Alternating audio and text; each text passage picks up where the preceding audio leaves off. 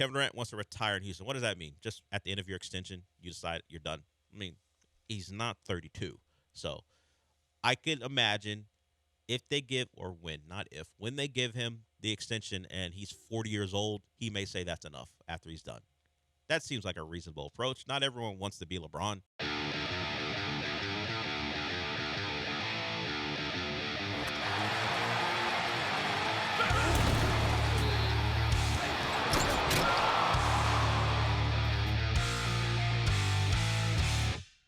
This is according to Shams. The goal right now for Kevin Durant and the Rockets is for him to retire in Houston. They're going to eventually, this offseason, discuss a contract extension, figure out where that lands. But throughout the process, it became the finals between Miami and Houston. But the Rockets really excited Kevin Durant. I'm told players like Alperen, Amin Thompson, Tari Eason, Jabari Smith, and Reed Shepard, and Kevin Durant really views himself here. Well, he was really excited about those guys.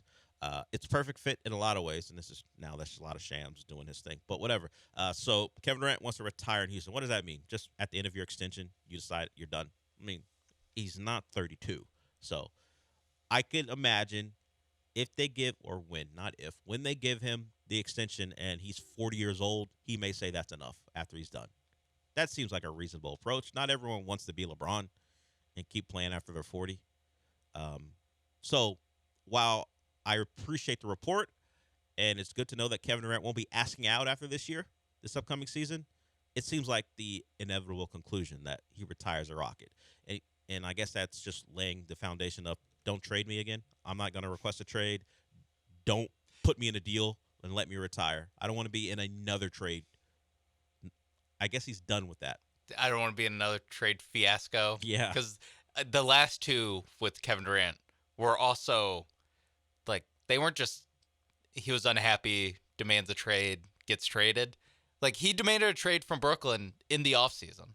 And then they said, we're not trading Kevin Durant. And he goes, okay, I'll play. And then by the trade deadline, they're like, you know what? Actually, we are. Well, we are trading Kevin Durant. And then the same thing happened this offseason, or this past season. This one was different. Where the team wants to trade him. And then, so they've both been this, like, extended 6-month-long, like, trade saga where for maybe not the entire 6 months, but for, like, 4 months, people were like, well, they're going to have to trade Kevin Durant at some point. And obviously, Brooklyn ended up getting way more than Phoenix did by trading him away. But yeah, I think just by the teams on his list, it was pretty clear that it was places that Kevin Durant just wanted to go, or teams he just wanted to play on. I'm not actually sure how much, like, you know, I think I can get one more ring out of, like, I'm not sure how much these were ring chase destinations versus destinations that, like, yeah, I would want to play here on this team located in Houston, Texas, or located in Miami, Florida. Like, that seemed like it was part of it as well, with some consideration to, like, these teams are actually good. And maybe that was like a tiebreaker, is that the Rockets were the 2 seed last year and they have all these young pieces. But ultimately, I do think that this is more of just Kevin Durant being like, yep, I'll ride it out here and then see you later. See you on Twitter in 3 years. You also see me in between then, but still. Then I'll only be tweeting 3 years from now. Does Kevin Durant have a future as a analyst on TV? He'll be. Do you think he wants to do that? I'm thinking new media. I'm thinking he'll have a podcast. I'm thinking he's rivaling Gilbert Arenas in the podcast NBA player podcast game. I see that. Yeah, I don't know if he'll be a contributor to a network. I feel like he's gonna have his own thing. I can't really see him like on the NBC sports desk, just being like, "Well, Mike Tirico, let me tell you, like it's about ball movement, like doing all the like nonsense, like they got to come out and play with toughness."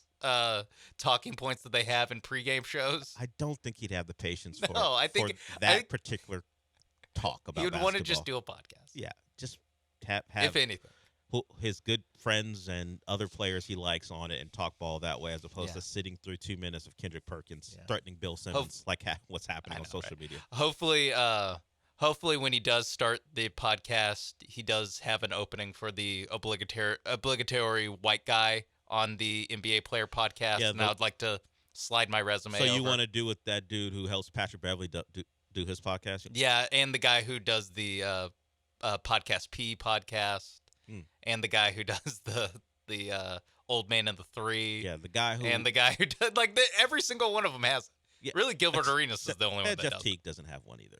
Oh, Jeff he's Teague got his boys. He doesn't have the obligatory white guy who's the host of the podcast, who offers up questions. So Jeff Teague, would you like me to take you to the next level? I don't think he needs like when your Hawks add Kyle Korver. That could be me. I would love to see you interact with Jeff Teague and his friends. Just to see your particular brand versus their particular brand and see how that goes for everyone involved. In fact, now I'm for it. I was like, yeah, you know what? That's never going to happen.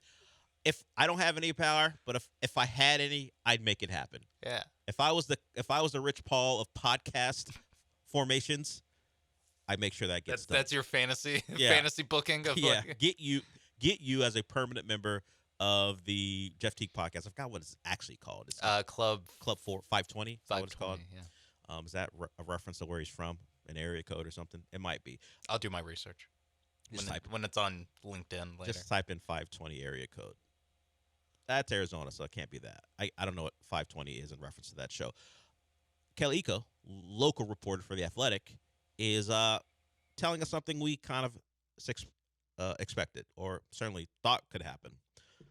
Cam Whitmore has been the subject of a number of trade discussions in recent days. The situation is best described as fluid right now. So the Rockets aren't against trading him. Hell, if they'll trade Jalen Green, they'll certainly trade Cam Whitmore. Of course, Kevin Durant was a prize there. I'm not sure what you're getting back from Cam Whitmore. Maybe you get back a back of the end rotation player. Maybe you get a couple second round picks. Don't think you're getting a first rounder for him. Maybe you get a pick back because you're taking on salary from someone else's problem as far as contract wise. But Cam Whitmore will be in trade discussions until he's gone here. I think he'll be a permanent member of the trade discussion banter until he's no longer a Rocket. Until he's no longer or a star. There's really only two ways out of this for him. Just with where he's at the rotation, there is an opportunity for that kind of bench scorer, bench shooter. Like that could be Cam Whitmore. Definitely. But it also could be Cam Whitmore by way of him getting traded and them getting a more veteran guy in that spot who is more okay with maybe he's 28, 29, 30, and he's more okay with the hey, you know what? There's gonna be some games where I only play 6 minutes. There's gonna be some games where I DMP'd, and I'm okay with that because I'm so and so, and I'm used to this being part of my career. But when I'm in, I'll knock down some threes and play acceptable defense for Ime Udoka's liking. Where Cam Whitmore, and this is really no fault to him, it's what every player is like. He's still well, I'm 21. I was supposed to be a top 5 pick. I can be a star in this league. He's not going to be okay. We've already seen this with the DMPs. No, he let to be known that he's not thrilled. He's not a sit and grin and bear it guy. Yeah, there's the concept that I don't really believe. It's the name is too broad for what it actually is, but it's the too many guys theory on a team where you have just too many guys that think they should be 20 minutes a game. It's a product of drafting young guys. Yeah. And to me, it's too many. Well, as many as they've drafted over the last 4 years. Yeah, to me, it's too many young guys. That's the thing. Yes. Having too many good basketball players, not actually a problem. Having too many good players that all think that they should, be playing 30 minutes a game in the Jalen Green role. That's where you have a problem. Yeah, I think people underestimate that. Sure, this guy gets drafted by the Rockets. He's on your team. You want him to conform and just do his part to make sure you win. That guy's got dreams too. He didn't enter the league thinking he would be a complimentary piece for the better part of 2 seasons. Or if yes, and if he does eventually turn into that, it's years of being well, I guess being the next Kawhi Leonard won't work out. Of being a guy outside the lottery who turns into a superstar. I don't think Cam Whitmore's at the point where he's accepted his fate of being a 7th, 8th man. You know what? Maybe I could be DeMarre Carroll. He's not there. Yeah, he's not there yet. And maybe rightfully so, just thinks he needs an opportunity. Right now, although Jalen Green is now gone, it still seems like that path is blocked with him for the Rockets. Yeah, a little bit. But we'll see if he remains on the team. As you said, there's a spot there for a bench scorer that can get 25 minutes and score 20 points in those 25 minutes.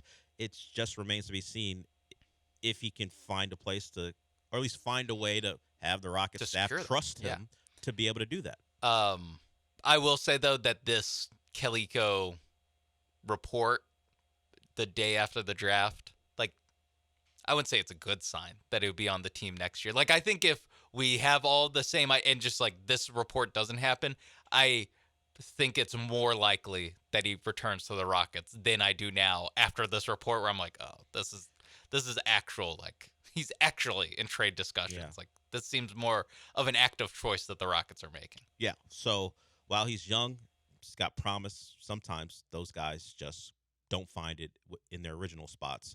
We'll see if he remains Rocket, or he finds a way and a path to play a lot more someplace else.